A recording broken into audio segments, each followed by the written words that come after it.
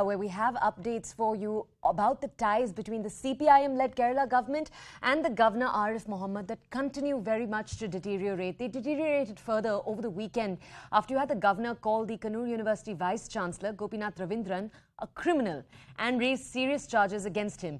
He accused the VC of conspiring against him and being politically motivated. This comes after the university syndicate decided to move the Kerala High Court against the governor's stay order on the appointment, remember, of Priya Varghese. This has been a controversy that's been going on over the last few weeks. The appointment of Priya Varghese, remember, she is the wife of the Chief Minister's private secretary, K.K. Ragesh. Take a look at what the governor had to say. He's a criminal. He was party to this conspiracy where they wanted to hurt me physically. And that is why I am using strong language. This man, only because, leave aside the appointment of the associate professor, this man is sitting as vice chancellor because of political reasons. He is not behaving like vice chancellor. He is not behaving like an academic. He is behaving like a party cadre.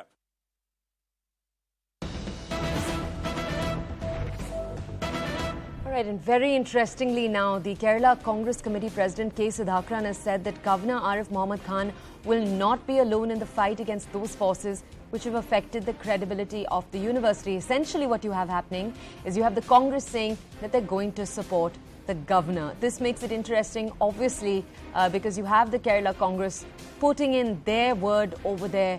Remember, the Kerala Congress part of the UDF, the LDF currently in governing power. Let's speak to Neethu to understand more.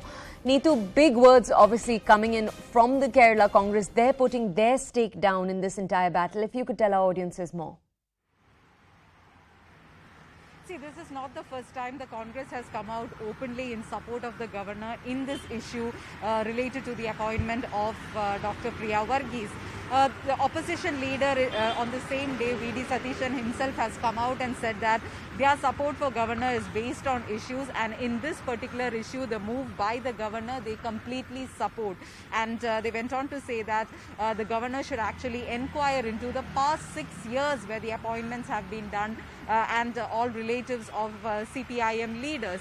So the KPCC president has also now come out and said that governor will not be left alone in his fight against these forces which are affecting the credibility of the universities. And he also said that Congress will support all the transparent and strong measures that the governor is taking to ensure. So the university gone to Kannur to attend a function, and the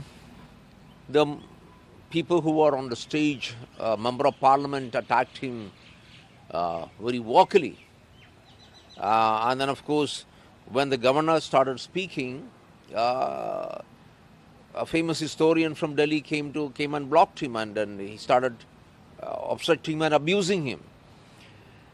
And when the ADC to the governor tried to move him out, his uniform was torn. He's from the armed forces. So these are all criminal intimidation, criminality being done in the presence of the Vice-Chancellor who had invited him for the function. So what do you call a Vice-Chancellor like that?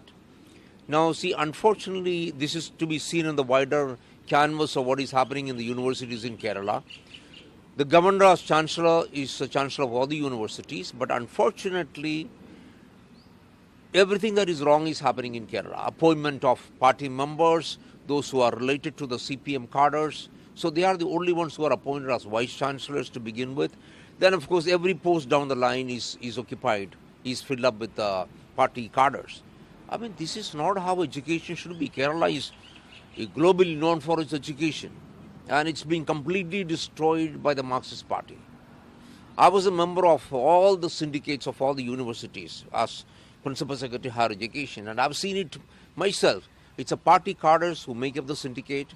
They dominate, they control, they dictate what is to happen, and all kinds of things are happening. Criminality is happening, irregularities are happening, and the governor is raising his voice against that.